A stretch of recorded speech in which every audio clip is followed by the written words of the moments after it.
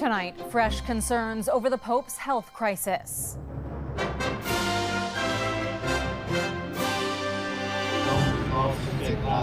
His critical condition as the global Catholic community joins in prayer. We pray for him. That's what we do. It's in God's hands. The outpouring of support as we learn how the pontiff is dealing with his new diagnosis. The fact that he developed mild kidney failure shows that he may start to have sepsis. On the eve of a somber anniversary, what Vladimir Zelensky is willing to give up for peace in Ukraine. Ukraine, save the world! Plus, liberal leadership hopefuls under pressure to perform, but do debates make a difference? No matter where you stand politically on either side of the spectrum, you need to be informed on both sides. And gold is shining bright on a record run. There's people who are excited to buy because they think it's going to go up and up and up and up. Looking for that golden opportunity as prices surge to new highs.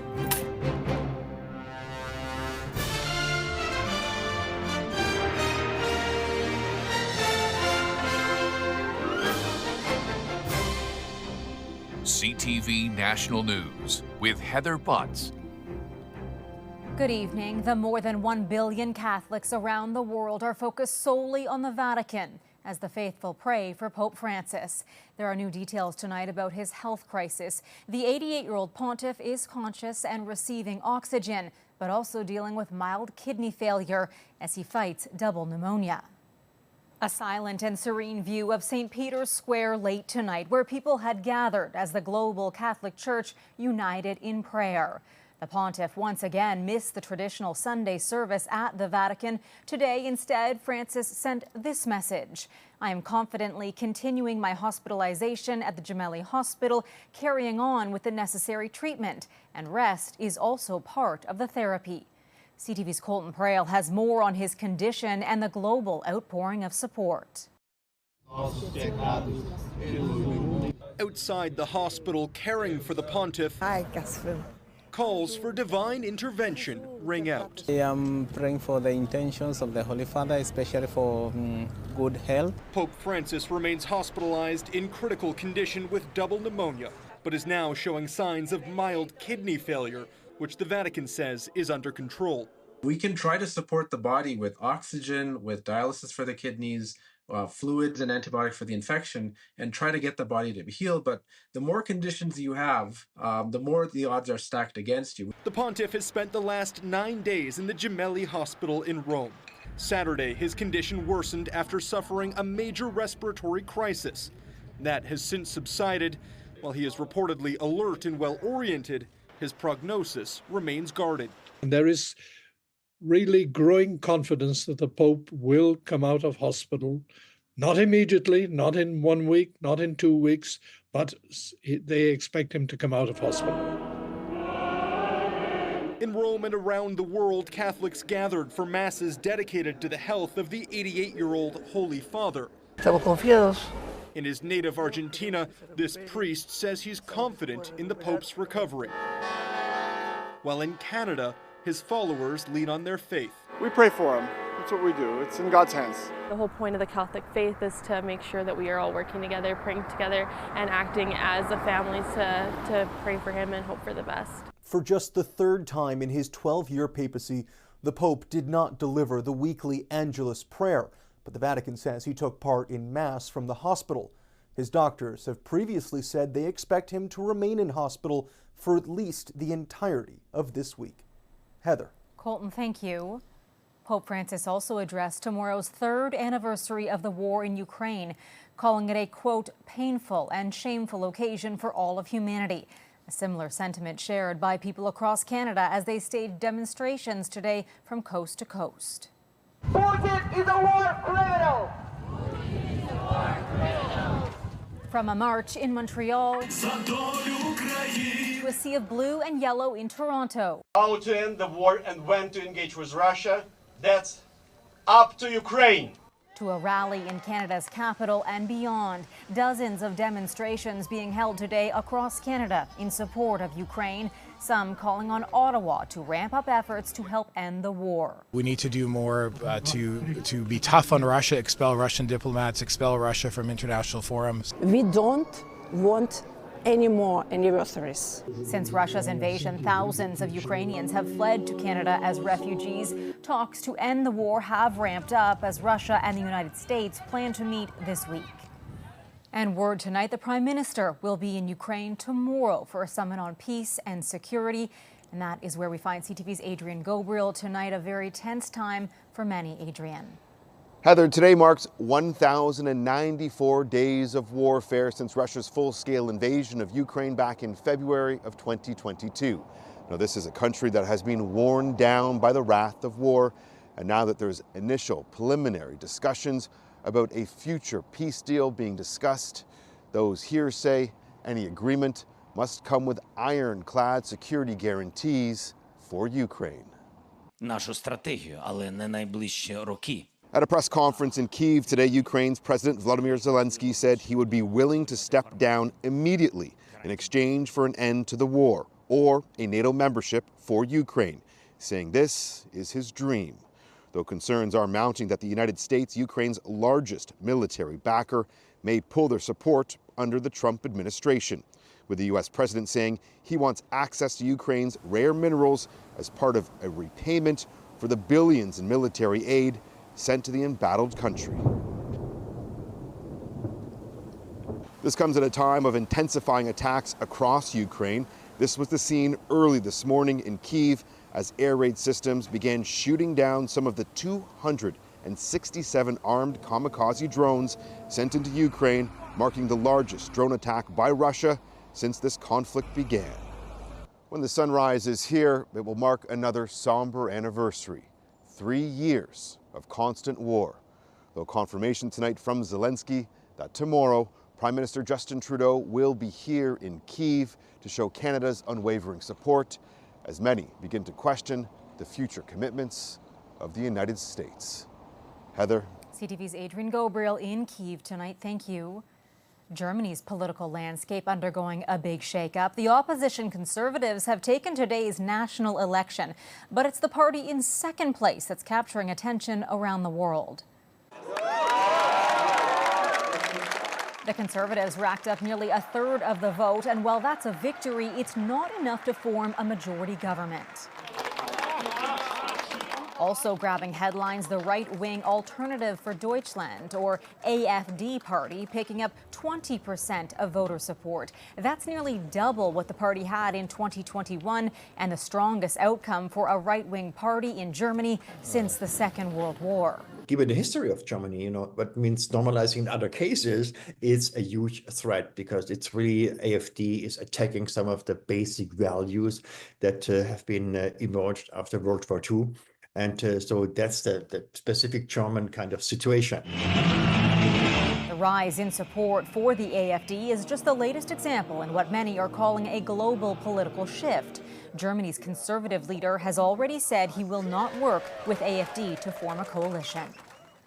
Back here at home, the political landscape also in flux. The people running to replace Justin Trudeau will face off for the first time in 2 debates this week, one in French and one in English. The biggest and most public test yet in the race for the Liberal leadership. CTV's Jeremy Sharon has more.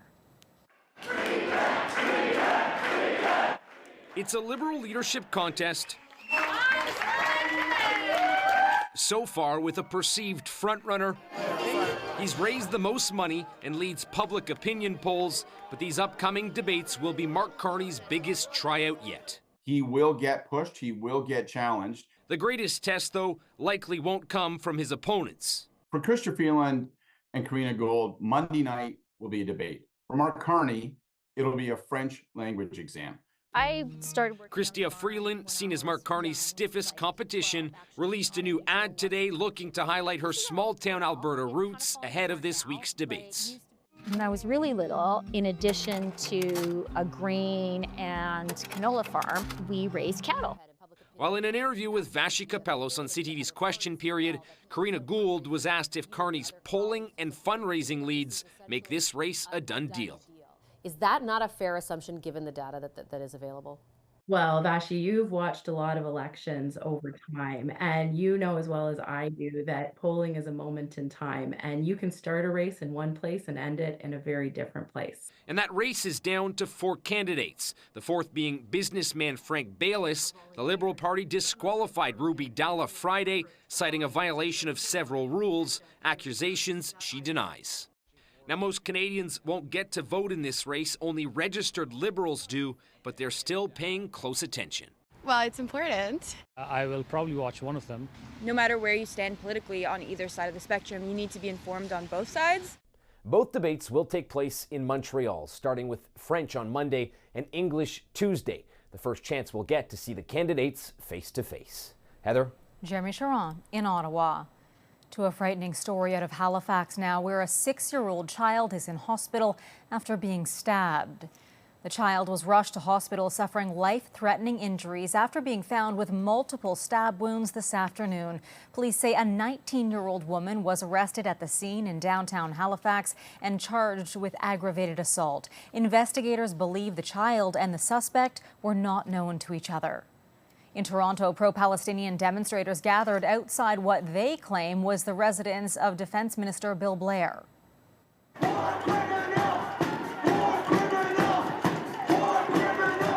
The demonstrators calling on Blair to take action to cancel all weapons exports to Israel and to cancel all ongoing and planned purchases of military goods from Israel. However, several neighbors and a police officer indicated to CTV that they do not believe Blair currently lives in the home. With a trade war between Canada and the U.S. looming, demand from Canadian consumers for homegrown products isn't slowing down. And that has grocers across the country trying to stock up on products from Canadian suppliers. CTV's Alex Carpa now with the challenges they're facing to try to accomplish that. Grocery aisles highlighting homegrown products has become a common sight across the country. We have more and more people asking about made in Canada, made in Manitoba. The demand for more Canadian products comes after Donald Trump threatened to impose heavy tariffs on Canadian imports. Some products are made in Canada. Munther Zeed is an independent grocer in Winnipeg. He says customers decide what he puts on his shelves. To say we're moving away from it, I'd be lying to you. Right now, it's sort of a waiting game to see what actually happens. How does it affect us? Consumer habits. So if customers stop buying it, then yes, of course, we're going to move away from it. There are around 6,900 independent and family-run grocery stores in Canada. The Canadian Federation of Independent Grocers believes the shift away from U.S. products for grocers is here to stay. The demand that we are seeing, and I use the word demand deliberately because that's what our members are getting from consumers. They're not asking for more Canadian, they're demanding more Canadian products to be seen in the stores. Grocery stores across the country have placed Canadian flags on shelves to help consumers identify which products are Canadian. I think people are starting to understand how to read labels, how they actually can find Canadian products, and they realize that they can actually find a lot of Canadian products out there. There's a fragile truce between the U.S. and Canada, but the hefty tariffs that Donald Trump has threatened could come into effect as soon as the beginning of March, inflicting major economic pain on many Canadians. Business owners like Zeed say that finding and buying local product is of the utmost importance. Alex Carpa, CTV News, Winnipeg. Canada's busiest airport now says all operations are back to normal in the wake of a plane crash nearly a week ago. 2 runways were shut down at Pearson International for several days after a Delta Airlines jet flipped over and burst into flames while landing on Monday. Incredibly, all 80 people on board survived. Pearson says the runway where the crash took place has reopened and final cleanup work is underway on the 2nd. The cause of the crash remains under investigation. Coming up, getting salty over a big shortage. To try and get a bag of rock salt is really difficult right now. How a pretty common winter staple turned into a hot commodity. Plus, giving back in a big way. What's inspiring a young girl to help her community?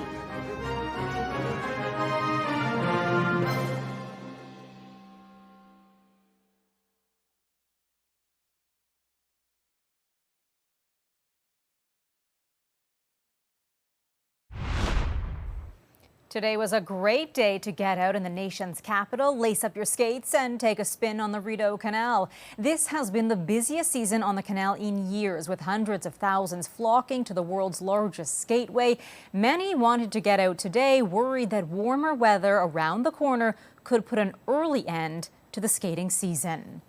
Well, mild weather is welcome news for some, facing a tough cleanup. Eastern Canada has been hammered by massive storms lately, leaving millions of people dealing with lots of snow and ice.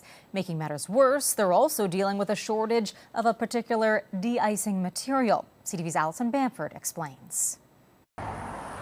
The GTA is still digging out from a double dose of winter, and homeowners might have to wait for Mother Nature to melt some of it away. To try and get a bag of rock salt is really difficult right now. Ontario's in the middle of a road salt shortage. Production at the province's main salt mine is based on previous winters, and the last few haven't seen snow like this. With the reduced production, with the added snowfalls and the added liability pressures, it just all stacks up to private contractors just can't get salt. Another beautiful snowy day here in Barrie. Ontario landscape suppliers are warning contractors that rationing might be necessary. I would recommend everybody start having some proactive conversations with their customers. The white gold is also running scarce in Nova Scotia after last weekend's icy winter blast. Several stores running dry of both salt and sand in the Halifax area. Some people went and bought salt for your fresh water and stuff, which is very expensive. But supply issues stop short of Western Canada. Despite the recent deep freeze on the prairies, stores are stocked full with salt, and there could be a scientific reason for that. Salt and de-icers become less effective once temperatures drop well below freezing. Cities like Saskatoon and Edmonton use a combination of sand and salt to improve traction.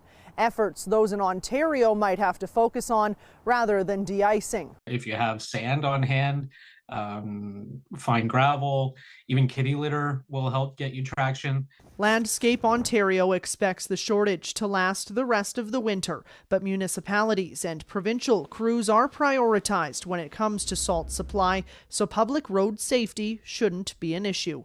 Alison Bamford, CTV News, Saskatoon. Still ahead, a new golden age. Gold is having a moment. Why you might want to pay more attention to the precious metal.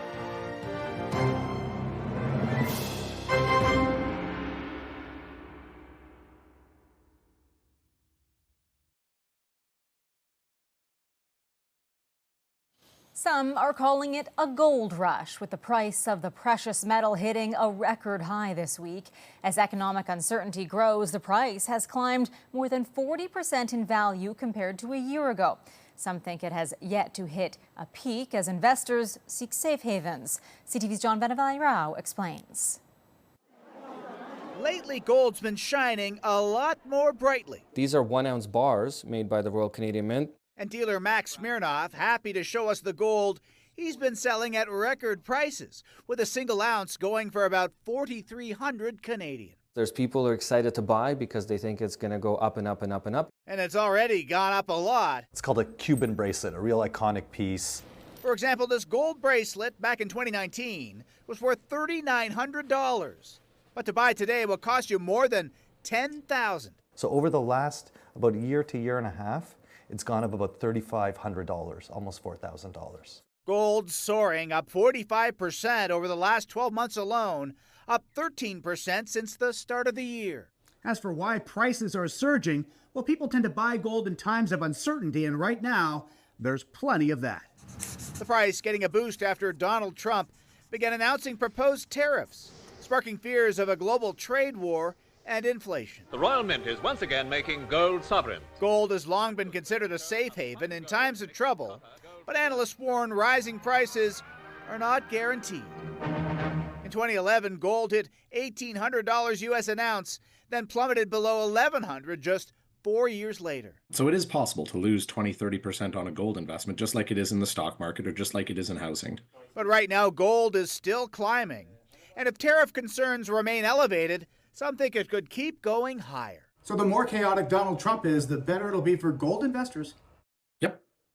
That would be my estimate. As for Smirnoff, he offers this for perspective. It might go up, it might go down, but it's never going to be worthless. And that element of it is just the reason that it's stayed through history for so long. A precious metal having a golden moment. John Venevalley-Rao, CTV News, Toronto.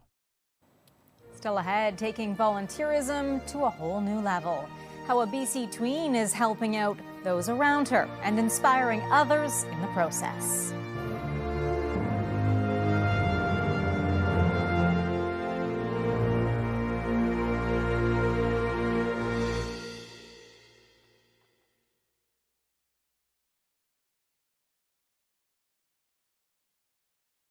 A Canadian has spiced up his life with a new Guinness World Record win. Ready, set, go! Mike Jack ate nearly 1.5 kilograms of hot sauce in 3 minutes this weekend to take the title. That beats the previous record of 1.18 kilos. He said the biggest hurdle wasn't the heat, but the sheer amount of sauce and how fast he had to eat it. He now holds 19 Guinness World Records. Wow. Well, no world records yet for our next inspiring story. A middle schooler from BC spends her spare time cleaning up her community. CTV's Adam Sawatsky introduces us to the Vancouver Island girl determined to turn something bad into something beautiful. If Maya Lotz is going to be perfectly honest, in the beginning, this was particularly boring. Nobody really wanted to do it. While there were countless kinds of litter to pick up on the beach, there was just one way to describe them all: gross. Like sticky stuff on some of the garbages. But Maya stuck with it because her scout leader Doug Gorley says the 11-year-old excels at turning bad situations into good ones. She's really willing to step outside of her comfort zone and helps elevate the other kids in our group as well. When she's not cleaning local beaches, Maya's spending hundreds of volunteer hours with Scouts and the Navy League to plant trees in support of the environment and sell poppies to support veterans. Plus, she fosters kittens in her bedroom to support the local Humane Society. It's pretty adorable to see them running around, but sometimes it's a lot of work. And other times, her volunteer work is fun from beginning to end, like when she bought toys to fill Christmas care packages for kids in need. That altruism and that leadership is something that we should really nurture and support. And Maya thinks if we can support each other in making our community better, what might seem like a boring chore at the start just might feel like winning a championship by the end. It's really motivating to see the change by every step you take. Behind you, there's no more garbage. And that's why when Maya looks ahead at her life, she's committed to keep making it clean and caring in whatever way she can. If you keep on trying, then it will make a big difference in the world. Adam Sawatsky, CTV News, Colwood. Inspiring us to do our part. That is our newscast for this Sunday. For all of us at CTV National News, thank you for watching. I hope you can join Sandy and Omar tomorrow. I'm Heather Butts. I'll see you again on Friday. Good night.